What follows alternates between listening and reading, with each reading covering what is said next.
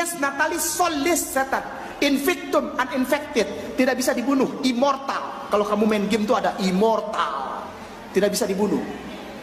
Deo, Tuhan. Jadi kalau antum mengucapkan selamat Natal, asik. Selamat ya. Hari ini telah lahir Sol, setan itu, untuk menjadi Tuhan bagiku. Mary Christmas, bukan Kristus. Yesus itu dipanggilnya Kristus. Itu saja sudah tanda bahwa yang lahir bukan dia. Mary Christmas, bukan Mary Kristus. Ayolah, hari Minggu ke gereja Sunday, S-U-N day, bukan S-O-N day, bukan, tapi S-U-N day. Sun itu artinya apa? Selamat.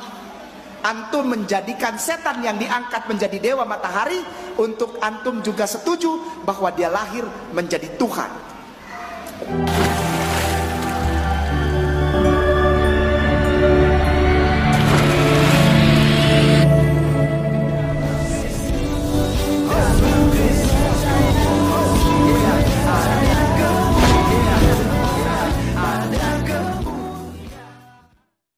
Bismillah abi wal ibni wal rohil kudus ilahu wahid. Demi nama Bapa, Putra dan Roh Kudus Allah yang esa. Teman-teman sekalian, pada kesempatan kali ini kita akan menanggapi Ustadz Ahmad Kainama mengenai tanggal 25 Desember sebagai hari Dewa Matahari atau kelahiran Dewa Matahari.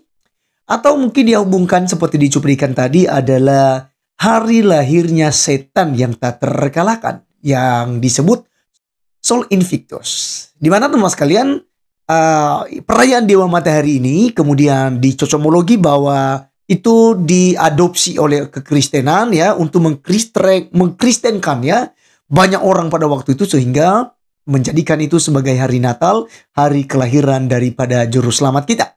Nah teman sekalian, nanti kita akan bahas satu persatu tentang 25 Desember dari Alkitab, dan juga kita akan bahas dengan dokumen-dokumen yang ada sebelum adanya perayaan Dewa Matahari. Namun seperti biasa, mari kita dengarkan dulu ya omelan, ocehan, kengawuran yang disampaikan oleh Kainama yang ada berikut ini. Dies natalis solis setan, invictum uninfected, tidak bisa dibunuh, immortal. Kalau kamu main game tuh ada immortal, tidak bisa dibunuh. Deo, Tuhan. Jadi kalau antum mengucapkan selamat Natal, asik. Selamat ya. Hari ini telah lahir Sol, setan itu, untuk menjadi Tuhan bagiku. Mary Christmas, bukan Kristus. Yesus itu dipanggilnya Kristus. Itu saja sudah tanda bahwa yang lahir bukan dia. Mary Christmas, bukan Mary Kristus. Ayolah, hari Minggu ke gereja Sunday, S-U-N day, bukan S-O-N day, bukan, tapi S-U-N day. Sun itu artinya apa? Selamat. Antum menjadikan setan yang diangkat menjadi dewa matahari, untuk antum juga setuju bahwa dia lahir menjadi Tuhan.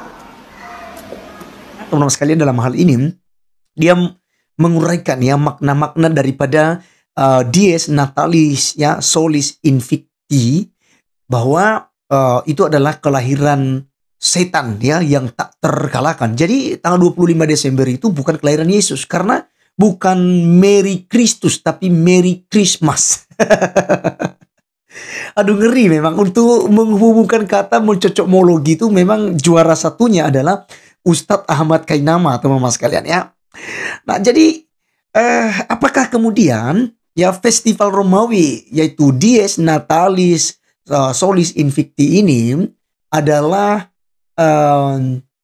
kelahiran atau perayaan Dewa Matahari yang kemudian dianut oleh orang Kristen atau dirubah alihkan sehingga itu menjadi kelahiran daripada Tuhan Yesus Kristus. Nah, teman sekalian, tentu saja kita sebagai kekristenan harus bisa menjawab hal ini. Mungkin kita akan percaya dengan pernyataan Ustadz Ahmad Kainama jika tidak ada dokumen sejarah yang merayakan atau menuliskan tentang perayaan Natal sebelum perayaan Dewa Matahari atau Dies Natalis Solis Invicti ini, ya. Jadi kalau seandainya tidak ada dokumen sejarah, maka tentu saja mungkin benar apa yang disampaikan oleh Ustadz Ahmad Kainama. Tetapi teman-teman sekalian, ternyata ada dokumen sejarah. Misalnya kita melihat dokumen sejarah, dokumen purba bernama Koptik, ya, Didaskali Apostolorum. Itu tahun 189 Masehi, dikatakan begini. Menuliskan, dalam dokumen itu dituliskan bahwa wahai saudara-saudara, tetapkanlah pada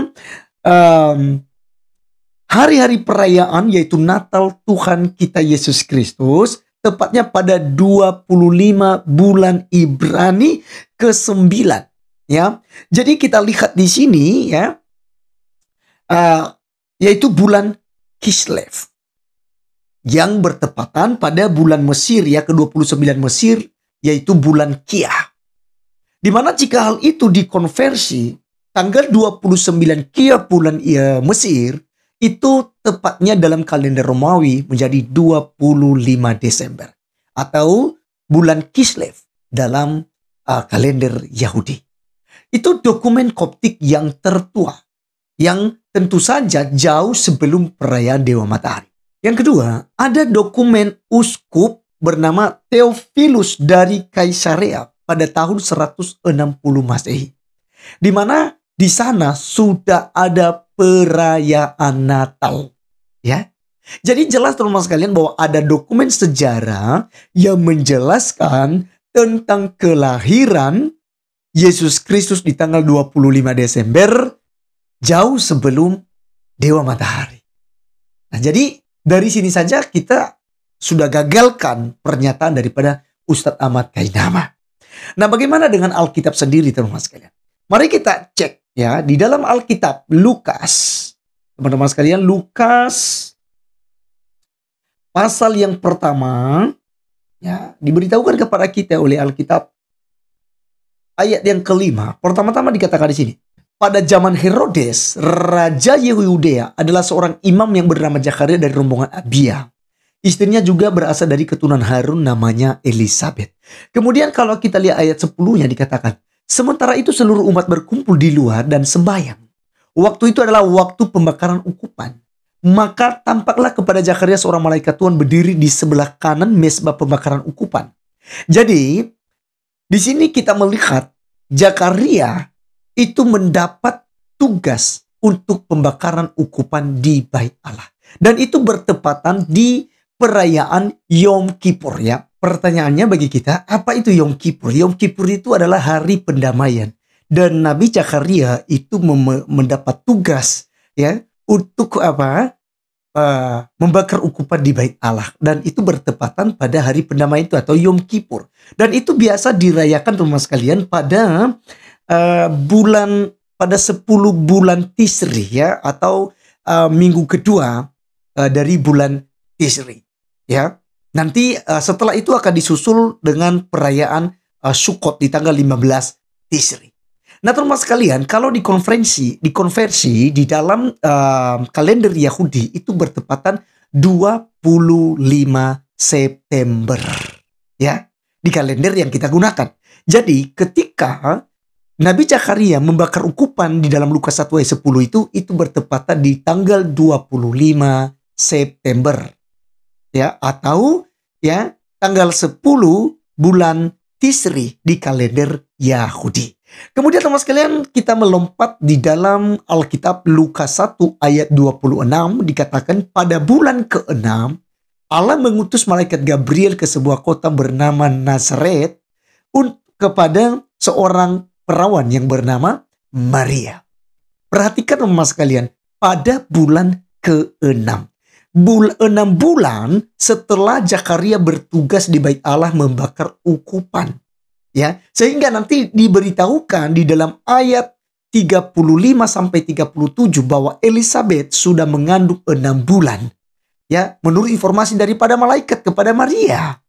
Ya, maka teman sekalian kita tinggal menghitung. Ya, itu simpel sekali. 25 September ditambah 6 bulan. Maka kita hitung.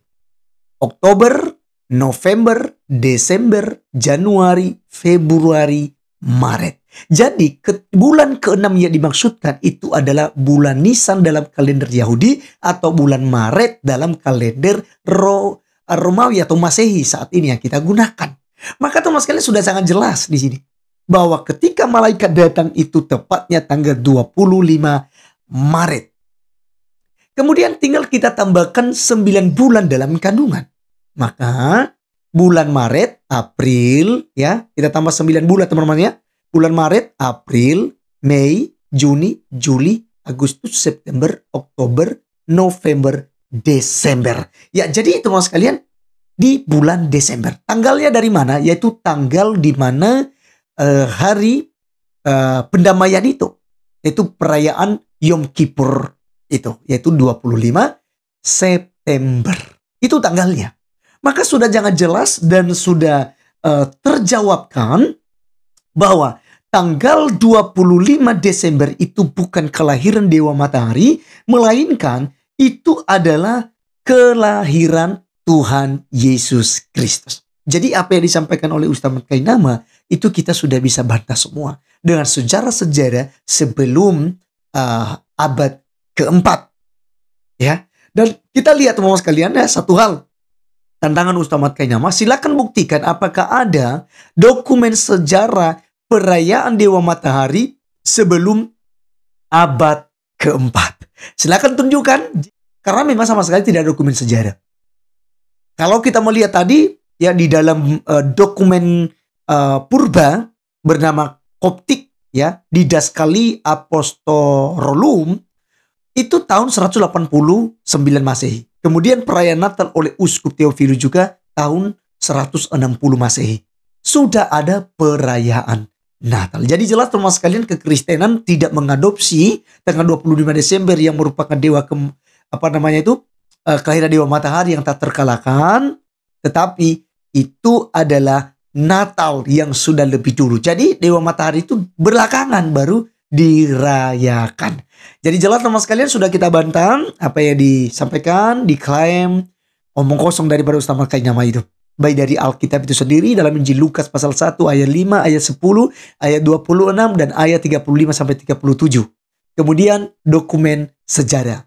Ya, ada 2. Sebenarnya ada 5 ya dokumen itu, tapi 2 saja itu udah cukup untuk membantah argumen daripada Ustaz Ahmad Kainama. Baik teman sekalian, sekian video kali ini. Sampai ketemu di video berikutnya. Tuhan Yesus memberkati kita. Salam.